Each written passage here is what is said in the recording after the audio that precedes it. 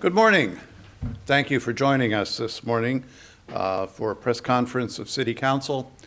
Over the course of my last 8 years on council, one of the disappointing things for me was how proactive we were rather than, or how reactive we were rather than proactive. And it's the intent of this council to be more proactive from now until our terms are up. And among those things that we want to share and have discussed among the five of us as well as public, and I think I should hand out some fact sheets for you, for the press. The city no longer has a box that checks for misdemeanors and felonies. However, it's a matter of policy rather than memorialized as an ordinance. And so it's something that we'd like to discuss on council, and that is to ban the box permanently by ordinance and encourage every business in the York City to also do the same. Provides an opportunity for those that have satisfied their crimes and prevents them from having problems with renting an apartment, going to school, getting a job, and a whole variety of other things. So, as I said, we want to memorialize that in the way of an ordinance. The second item is to be in support of expungement clinics. And we want to support Victoria Connor and the York Bar Association in their efforts to expunge, again, those misdemeanors. Also with anybody else that happens to do that same thing. The third item has to do with nuisance properties.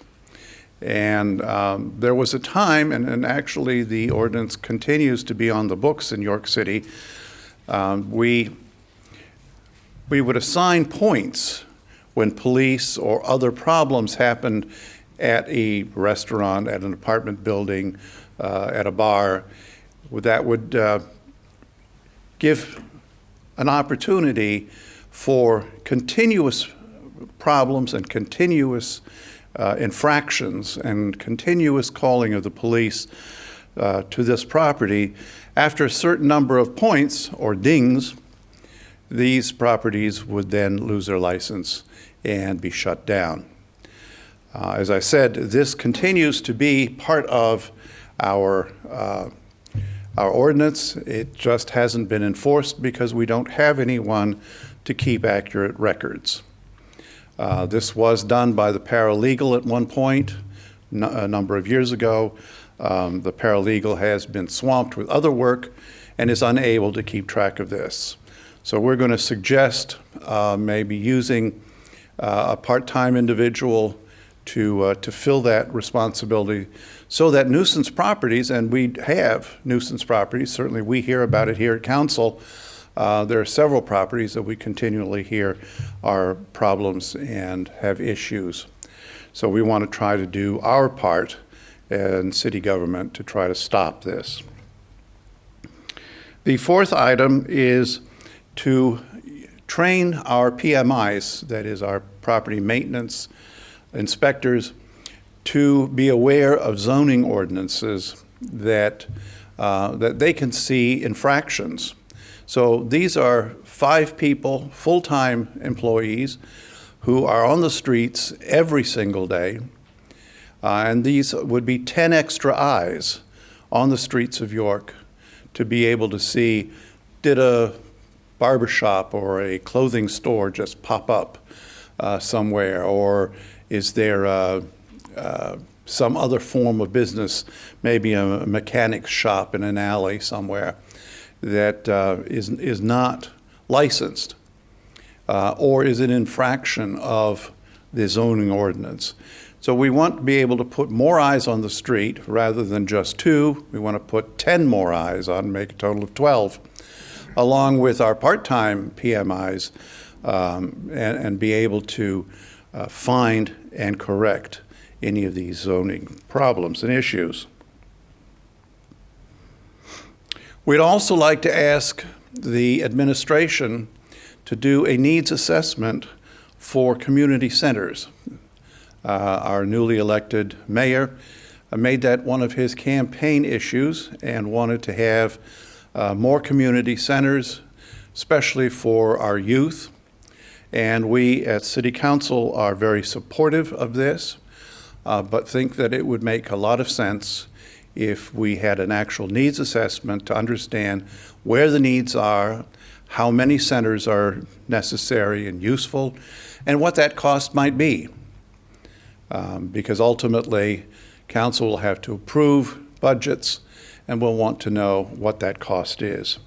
Again, I repeat that we are very much in support of community centers for our youth, but we want to make sure that we can afford to sustain these over the long haul and not make promises to our youth and to our community that we are going to do something and then after a few months or a year, we fail. And finally, we plan to adopt the rewrite of the Small and Disadvantaged Businesses. Everybody knows it more as the Smallwood Act. It's Act 136. While this does not address the issues of minority businesses as such, it does address the issues of small and disadvantaged businesses in the city.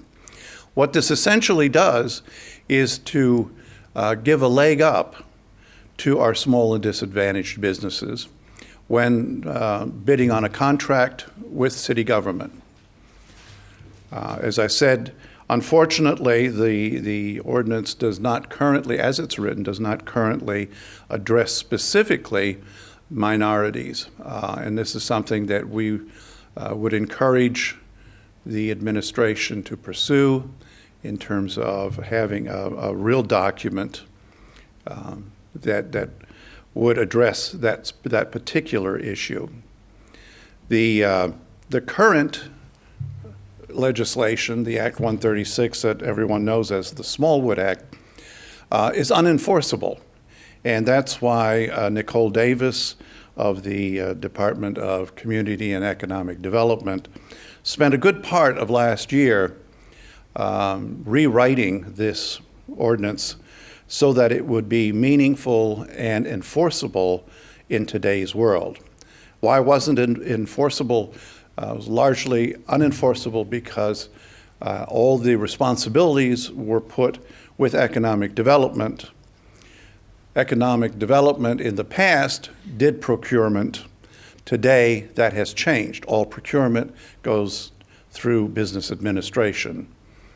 Also, economic development is really a skeleton staff compared to what it was a couple of decades ago.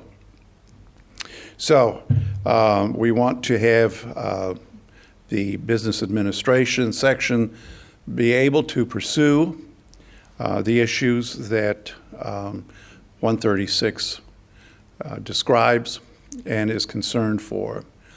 Essentially, that's it. We plan to introduce these over the course of the next several months and then proceed to have public discussion as well as council discussion on these items. And of course, will be included, since the mayor comes to all of our meetings, we will include him in this discussion. Finally, council will begin a series of television programs where we will interview businesses and volunteers from the city and call it the Spotlight on York. Each one of us on council is going to take a role and interview and talk with and publicize various companies in town as well as individual volunteers. So again, thank you for joining us. I am very pleased to be among my colleagues this morning, beginning with Michael Buckingham, Sandy Walker, Vice President of Council, and we have Judy Ritter-Dixon, and at Queen of Washington. Thank you again, and I'll be happy to take any questions if you have some. So the nuisance abatement, for people who aren't familiar with that, the point system, how exactly would that work? And then what are you hoping to accomplish? Essentially, with every visit by the police to a business or to an apartment building or any place, you're assigned a point, or a ding as I call it. And after X number of dings, we shut you down. So that there is that threat as a landlord of a business or an apartment building, there is that threat that you straighten out your tenants, that you straighten out what's happening in your building. And then the ban the box and expungement clinics, why do you think that those are important in the city? Well, you know, just as we passed an ordinance that decriminalized the small amounts of marijuana, again, misdemeanors can create all kinds of problems for employment, for housing, college scholarships, et cetera, et cetera. And while we, by policy, the city government by policy does not have a box, check if you've ever been convicted of a misdemeanor or a felony, we want to memorialize this in the way of an ordinance so that it can't be changed down the road unless there is a new ordinance that overthrows that. Anything else? Very good. Thank you all for coming.